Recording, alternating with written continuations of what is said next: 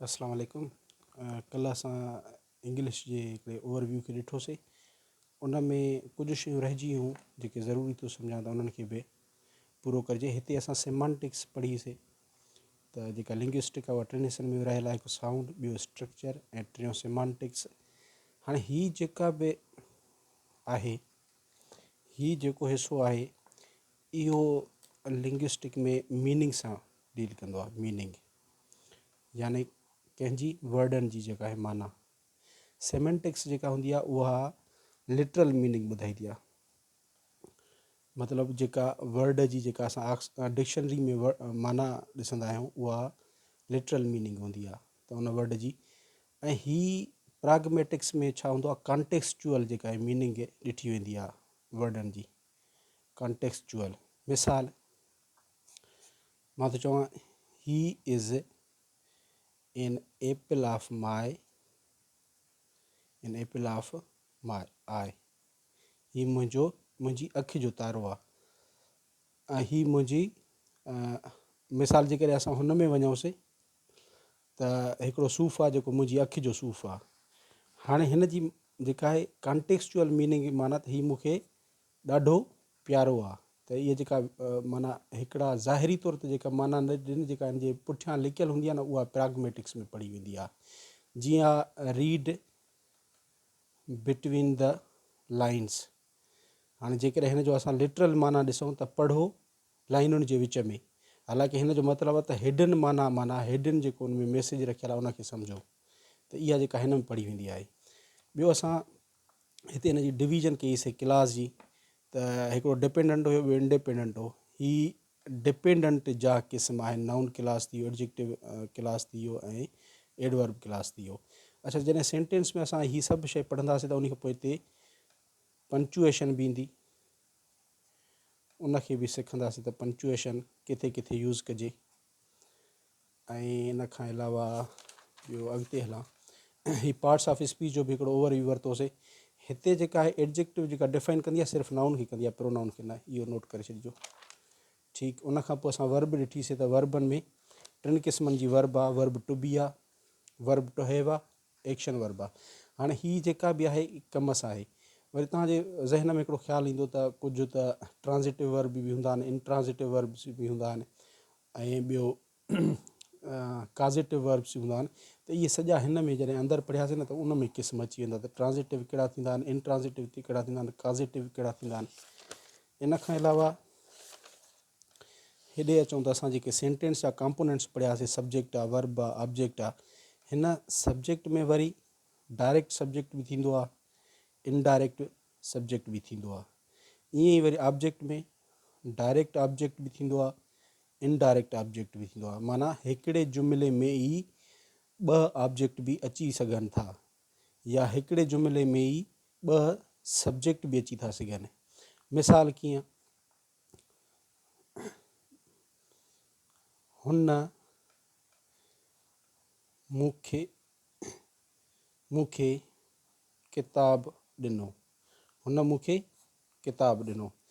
हाणे हिन में ऑब्जेक्ट कहिड़ो आहे, कमु। माना ऑब्जेक्ट माना जंहिं ते कमु थिए। हाणे मूं ते बि कमु थिए थो। छाजो कमु थिए थो? ॾियण जो। छा ॾियण जो? किताब ॾियण जो। ऐं किताब ते बि कमु थिए थो पियो। त हिते ॿ वर्ब ऑब्जेक्ट अची विया, जंहिंमां हिकिड़ो डायरेक्ट ऑब्जेक्ट थींदो, ॿियो इनडायरेक्ट ऑब्जेक्ट थींदो। इनखे बाद में डिटेल में ॾिसंदासीं। अच्छा, उन खां पोइ हिते जेको आहे वर्ब जो जेको असां चार्ट ठातोसीं उन में हाणे पैसिव वॉइस बि थींदी आहे हिननि जी। पैसिव वॉइस थींदी, ॿियो नरेशन थींदी जेका आहे सो उहा बि अॻिते हली करे। पैसिव वॉइस जो मां थोरो तव्हांखे ओवरव्यू ॾेई वठां। अच्छा, हिते उन खां पहिरियां जेको आहे हिते बीन न ईंदो, शैल हैव ऐं विल हैव हूंदो आहे परफेक्ट जे फ्यूचर जा जेके हेल्पिंग वर्ब्स हूंदा आहिनि। अच्छा, एक्टिव वॉइस, पैसिव वॉइस। हाणे ही ॿ स्टाइल आहिनि, ॻाल्हाइण जा छा आहिनि? स्टाइल आहिनि। बसि फ़र्क़ु इहो आहे त जॾहिं असां कंहिं बि जुमिले में कंहिं कम जे कंदड़ खे फोकस कयूं, यानी फोकस असांजो कंहिं ते हुजे, सब्जेक्ट ते हुजे, त उते असां जेको ॻाल्हाईंदासीं उहो तरीक़ो असांजो एक्टिव वॉइस वारो जेको स्टाइल आहे उहो अपनाईंदासीं। जिते असांखे फोकस ॾियणो हूंदो ऑब्जेक्ट ते, फोकस ऑन ऑब्जेक्ट ते जॾहिं फोकस ॾियणो हूंदो त उते असां पैसिव वॉइस वारो स्टाइल जेको आहे सो अपनाईंदासीं। मिसाल असां आमतौर ते कंदा आहियूं न, यार फलाणो मारिजी वियो, हाणे फोकस कंहिं ते हो, उन ते। मिसाल सलीम मारिजी वियो, हाणे कमु कंहिं ते थियो, सलीम ते थियो न। हाणे सो हिन में सब्जेक्ट आहे ज़ाहिर न, जॾहिं कंहिं ॻाल्हि कई हूंदी त उन फोकस ई सलीम खे कयो हूंदो, न बल्कि मारण वारे खे। जेकॾहिं मां चवां अकरम सलीम खे मारे विधो, सलीम खे मारियो, त हाणे फोकस कंहिं ते ॾिनुमि मां, अकरम ते ॾिनुमि। बसि हिन एक्टिव ऐं पैसिव वॉइस में हूंदो इहो आहे त फोकस तव्हां कहिड़ी ते था ॾियो। जेकॾहिं तव्हां ऑब्जेक्ट खे फोकस करणु था चाहियो त पोइ तव्हां जेको स्टाइल आहे उहो पैसिव वॉइस वारो अपनाईंदव। जेकॾहिं तव्हां सब्जेक्ट ते ॾियणु था चाहियो फोकस, त पोइ तव्हां एक्टिव वॉइस वारो उहो जेको आहे स्टाइल तव्हां ॻाल्हाइण में अपनाईंदव। हाणे हिते प्रेज़ेंट बि सिंपल जी बि थींदी आहे, ऐं हिते इज़, एम, आर ऐं V3 जेका आहे सो उहा यूज़ करे हिते पैसिव वॉइस ठाही वेंदी आहे हिन जी। हिन में पास्ट में बि वाज़ ऐं वर यूज़ करे वर्ब जी 3 सूरत हणी करे हिते पास्ट में हिन ते शल B, will be plus V3 हणी करे हिते फ्यूचर जी ठाही वेंदी आहे। अच्छा, हिकिड़ो मिसाल खणी मां वठां। मां त चवां असां डेली रूटीन में ॾिसूं था न, पाकिस्तान में माण्हू मारिया था वञनि था, पाकिस्तान में माण्हू मारिया वेंदा आहिनि। हाणे हीअ पैसिव वॉइस जो आहे, माण्हू मारिया वेंदा आहिनि, केरु मारींदो आहे। हाणे मुंहिंजो उते फोकस उहो न हुयो, माना त मां सब्जेक्ट खे ज़ाहिर कयां। मां हिकिड़ी आम ॻाल्हि कई त माण्हू मारिया वेंदा आहिनि, हे त माना सिंपल प्रेज़ेंट जो थी वेंदो पैसिव वॉइस जो जुमिलो, जॾहिं असां ऑब्जेक्ट खे जेको आहे सो उहो फोकस कयूं। ऐं पास्ट में अच्छा, हिते कंटिन्यूअस में बि हिते वरी साॻियो ईंदो, इज़, एम, आर प्लस में हिते बीइंग ईंदो हिन सां गॾु, ऐं V3 ईंदो। इहे बि अॻिते हली सिखी वठंदासीं। हिते वाज़ वर प्लस में बीइंग ऐं वर्ब जी 3 सूरत हिते। अच्छा, कंटिन्यूअस जी फ्यूचर कंटिन्यूअस में हिन जी पैसिव वॉइस न थींदी। ॿियो परफेक्ट कंटिन्यूअस जे 3 टेंसिस में पैसिव वॉइस न थींदी, बाक़ी ॿियनि जी थींदी।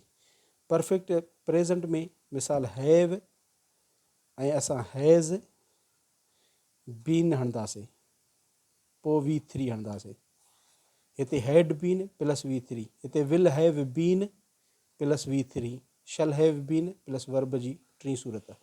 ऐं हिते ऑक्सिलरी में बि जेको आहे सो कैन, कुड, मे, माइट, इन्हनि जी बि पैसिव वॉइस थींदी। हाणे असां जेको नेक्स्ट वीडियो हूंदो, लेक्चर हूंदो, उन में असां सेंटेंस ठाहिणु सिखंदासीं। माना जीअं सिंधी में पढ़ायो वेंदो आहे न, पहिरियां उचार पढ़ाया वेंदा, पोइ उन खां पोइ नंढा नंढा लफ़्ज़ ठाहिणु। असांखे त अंग्रेज़ी जा लफ़्ज़ ठहियल ठुकियल मिलनि था, ठीकु आहे। उन खां पोइ नंढा नंढा जुमिला ठाहिणु सेखारींदा आहिनि, ॿार खे सेखारिया वेंदा आहिनि। त असां बि ईअं ई शुरूआति कंदासीं त नंढा नंढा असां जुमिला सिखूं ऐं आहिस्ते आहिस्ते इहे सभिनी टेंसिस ॾे वधंदा हलूं। पोइ असां सुभाणे वर्ब टू बी या वर्ब टू हैव खां असां जेको नेक्स्ट लेक्चर हूंदो उहो शुरू कंदासीं। Thank you so much.